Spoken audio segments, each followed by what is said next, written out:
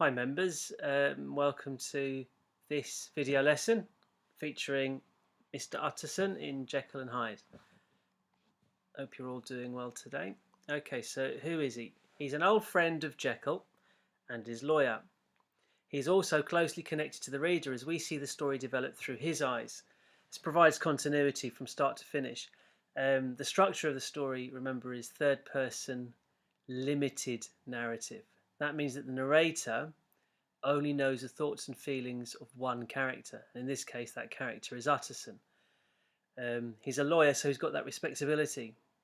And we as the reader, we buy into his deductions. So we only learn about the story of Jekyll bit by bit at the same pace that Utterson does. So any conclusions he draws, we agree with him because he has our respect. Even though he may be wrong, we don't question it. This is also a structural decision by Stevenson. With much of the events being unbelievable, it is important that we find them as believable as possible, and this is achieved through the presentation of Utterson as this reliable, rational, professional character. As a lawyer, he is trustworthy, possessing the correct amount of gravitas, so that's like respect and seriousness, high moral standards and loyalty to secure the confidence of the reader throughout. We trust his judgment. As a result of this, when he is deceived, we are also deceived. He's convinced that Hyde is blackmailing Jekyll in some way.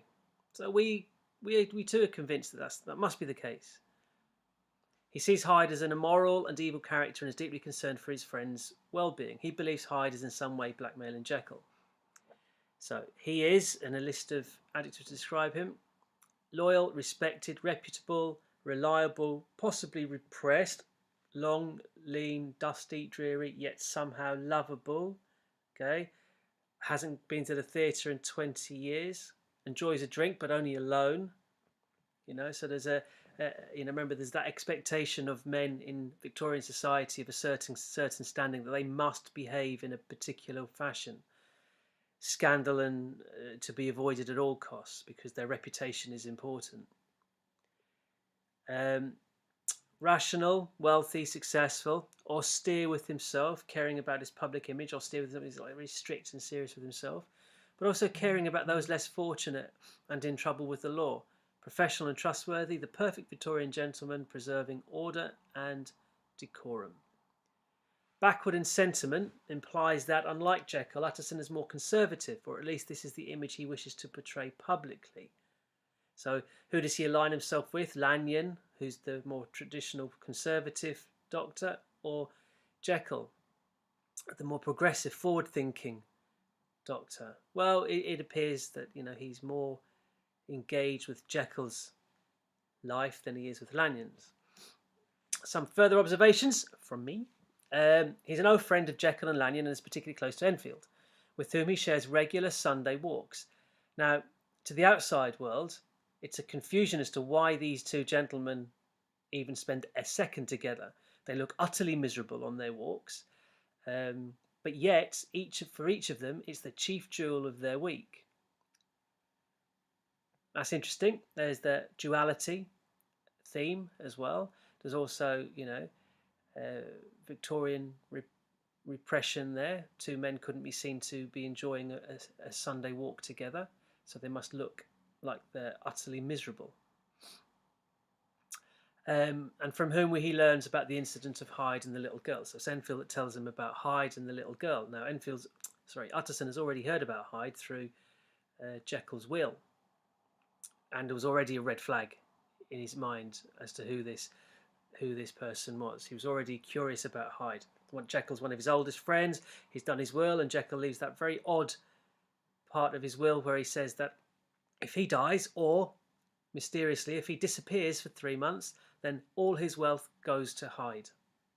And this is Hyde who Utterson's never heard of before. And now he hears about this story of Hyde trampling calmly over a little girl, and his interest is piqued further. He's a successful, even, lawyer. He's non-judgmental and tolerant of others, often the last good influence in the lives of down-going men. This suggests he's open-minded and trusted in equal measures. He must hold the secrets of many great and not-so-great people. He does jump to conclusions, For example, he interprets the similar handwriting of Jekyll and Hyde as evidence that Hyde has forged Jekyll's signature, and not that they are one and the same person. Henry Jekyll forged for a murderer. And as ever, some quotations to incorporate into any analysis of Utterson. He's a man of rugged countenance, never lighted by a smile, so it looks miserable. Backward in sentiment, so traditional, conservative, not forward-thinking like Jekyll. And this might be the one that you remember easier. Long, lean, dusty, dreary, and yet somehow lovable. There's that duality. Just like Jekyll is not all as he appears, nor too is Utterson. He loved wine, but only drank gin when he was alone. That reputation is important. Mentioned already, his feelings about his friendship and his Sunday walks with Enfield, despite giving the outward impression of utter boredom. They were the chief jewel of each week.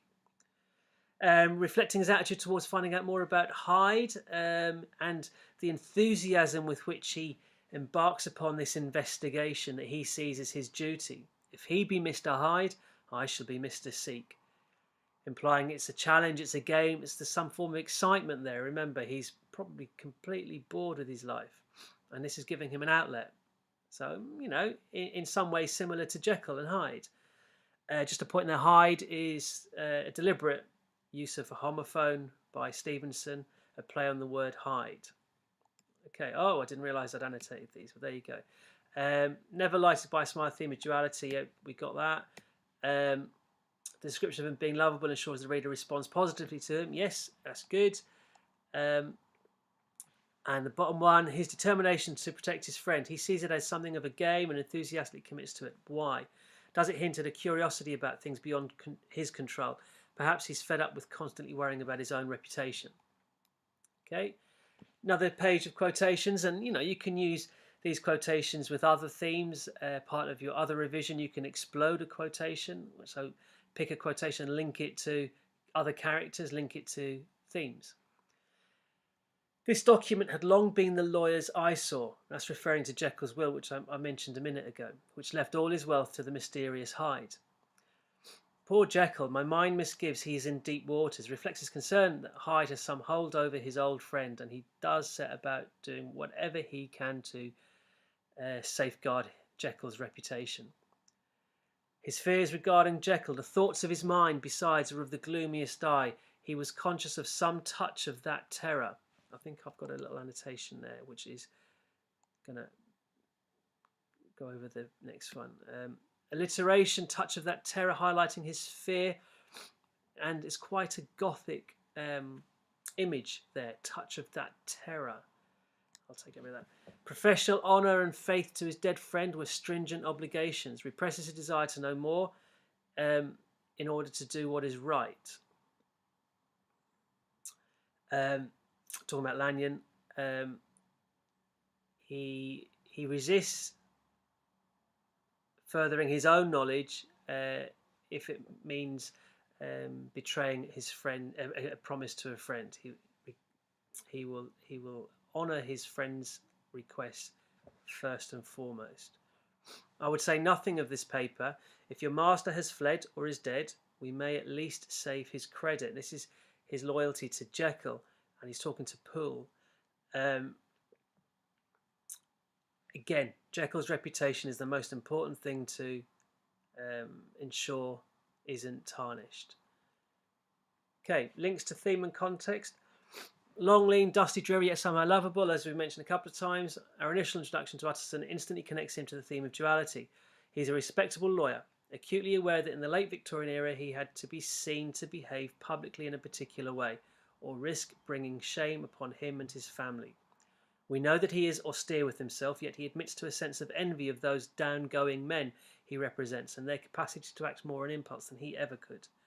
Perhaps this goes some way to explain his steadfast commitment to safeguarding his close friend Jekyll's good name at all costs, and to embarking upon that investigation to discover who the hell Hyde is and what hold Hyde has over Jekyll. Even his reaction to Hyde, utter disgust, shock and horror, is at odds with his usual calm, rational nature. Stevenson himself was a qualified lawyer, though never practiced it, so was well placed to develop the character of Utterson, who is the perfect foil for the other characters in the novella. Nice little bit of contextual detail there.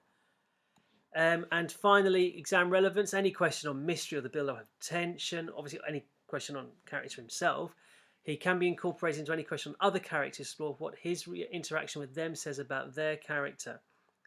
And then links. He can be incorporated into any questions on the themes of loyalty, duality, friendship, setting, including Victorian England, London society, reputation, status, and so on. Okay, that's enough for Utterson to get you through to a top grade there. Do watch again, pause, take notes, link to other characters and themes as part of your revision. Okay, guys, best of luck. Bye.